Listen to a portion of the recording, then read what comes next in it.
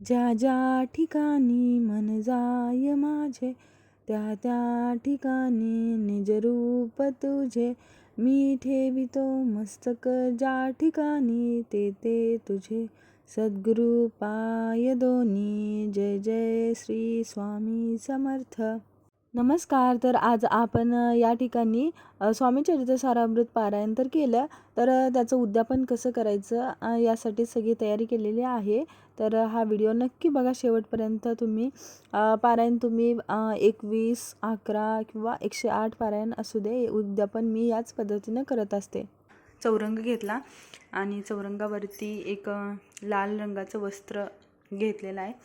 तर हे या ठिकाणी तुम्ही लाल किंवा पिवळं असं वस्त्र देखील ठेवू शकता.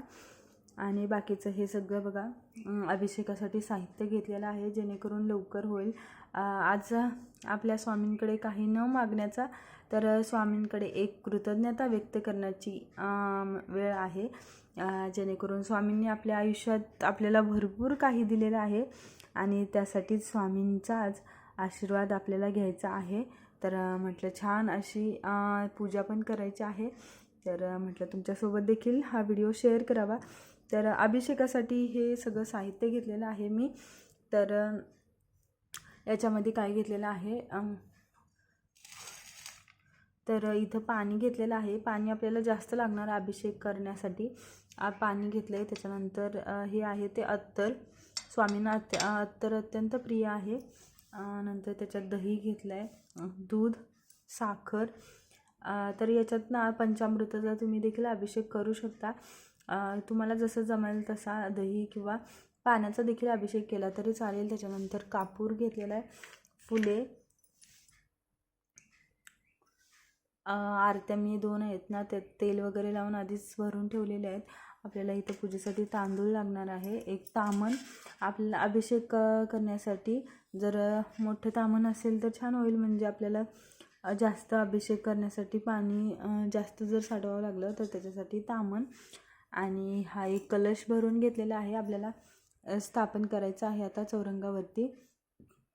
त्याच्यानंतर प्रसादासाठी मी शिरा बनवलेला होता, केळी घेतले, एक नारळ आपल्याला कलशावरती ठेवण्यासाठी, आणि त्याच्यानंतर धूप, आणि हे स्वामींसाठी हार, वस्त्र, आणि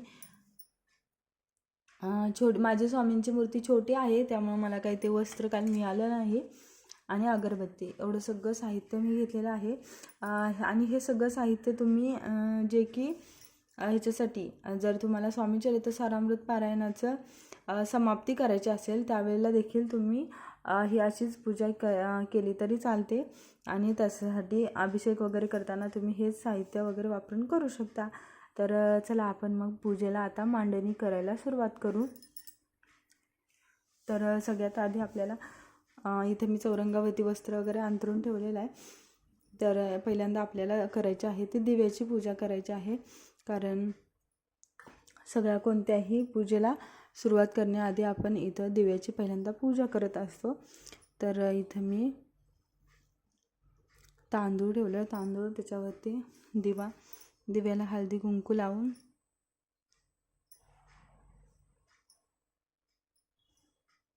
थोडेशा अक्षता आणि फूल हे लावून आपण दिवा लावून घेऊयात. त्यानंतर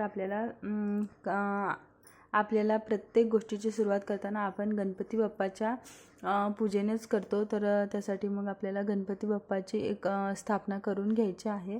तर याच्यासाठी गणपती बाप्पाची स्थापना करताना त्याच्यासाठी आपल्याला गणपती बाप्पांची मूर्ती घ्यायची. जर मूर्ती तुमच्याकडे नसेल तर आता आपल्याला गणपती बाप्पांची स्थापना करायची आहे. तर त्यासाठी सगळ्यात आधी आपल्याला गणपती बाप्पांचा अभिषेक त्यांना अभिषेक घालायचा आहे. अभिषेका वेळेला तुम्ही श्री गणपती अथर्वशीर्ष म्हणायचं आहे.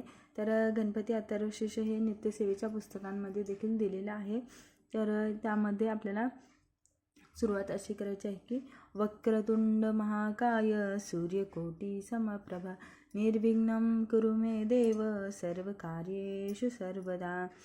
आणि त्याच्यानंतर आहे तो शांती मंत्र, आणि शांती मंत्रानंतर मूलमंत्र. अशा पद्धतीने आपल्याला गणपती अथर्वशीर्ष म्हणायचं आहे. त्यात सगळ्यात आधी सकाळी तुम्ही उंबरठ्याला चांगला स्वच्छ करून हळदीचं लेपन करून घ्यायचं आहे आणि उंबरठ्यासमोर सुशोभित करायचं, कारण आज आपल्या घरी स्वामींचं आगमन होणार आहे.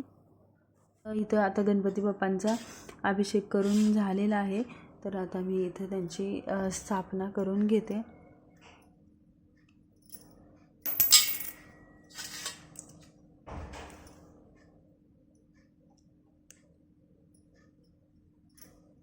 तर आपल्याला इथं गणपती बाप्पांना हळदी कुंकू,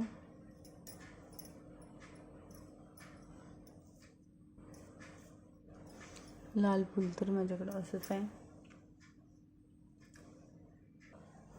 साखर आणि खोबऱ्याचा नैवेद्य ठेवून देते आणि आपल्याला म्हणजे गणपती बाप्पांना आपण ओवाळून घेऊया.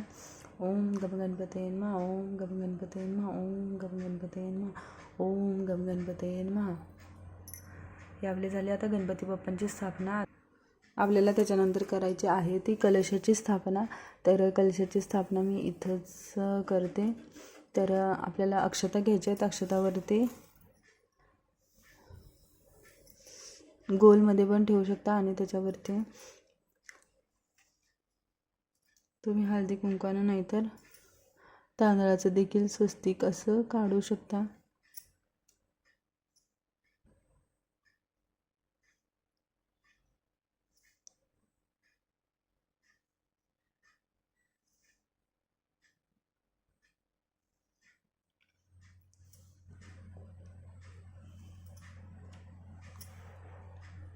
तर या पद्धतीने मी हळदी कुंकूचं स्वस्तिक काढून घेतलं आहे. आता याच्यावरती आपल्याला कलश आहे. कलशामध्ये आपल्याला 1 रुपये, एखादं फूल आणि सुपारी असं सुपारी, अक्षता वगैरे, हळदी कुंकू अक्षता वाहून घ्यायच्या आहेत आणि आपल्याला कलशाची स्थापना करायची आहे. तर कलशाला तुम्ही इथं मी कलशाला स्वस्तिक वगैरे काढून घेतलं आणि त्याच्यानंतर आपल्याला नारळ ठेवायचा आहे.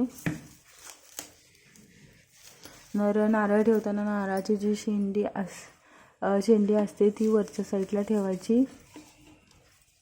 तर अशा पद्धतीने कलशाची स्थापना करून घ्यायची. आपण कलशाला एकदा ओवाळून घ्यायचं. नारळाला हळदी कुंकू वाहते.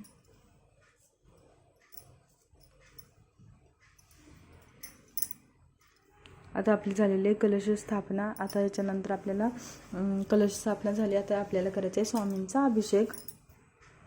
आपल्याकडे एवढी अशी छोटी मूर्ती आहे स्वामींची. तर आता यांना स्वामींच्या मूर्तीला मी अभिषेक करणार आहे. तर अभिषेक करताना आता आपल्याला पुरुष सूक्त आहे ते 16 वेळा म्हणायचं आहे. अभिषेक करताना पुरुष सूक्त 16 वेळा, 1 वेळा श्री सूक्तम म्हणायचं आहे, एक वेळा पवमान सूक्तम म्हणायचं आहे आणि 1 वेळा रामरक्षा असं म्हणायचं आहे आपल्याला सगळं, आणि 1 वेळा गणपती अथर्वशीर्ष.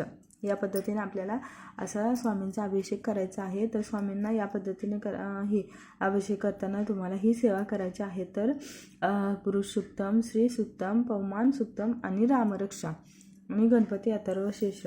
तर सगळ्यात आधी मी पुरुष सूक्त करताना तुम्ही कोणत्याही पद्धतीने म्हणजे ह्याचा दुधाचा, दह्याचा किंवा साखरेचा, पाण्याचा असं वेगळ्या पद्धतीचं करू शकता.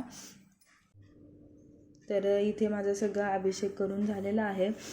पुरुष सूक्त, स्त्री सूक्त, रामरक्षा आणि पवमान सूक्त असं सगळ्यांचं सेवा करून आता माझे हे अभिषेक झालेला आहे. आता हे स्वामींच्या मूर्तीला छान असं मी स्वच्छ पुसून घेते आणि त्यांची स्थापना करून घेते.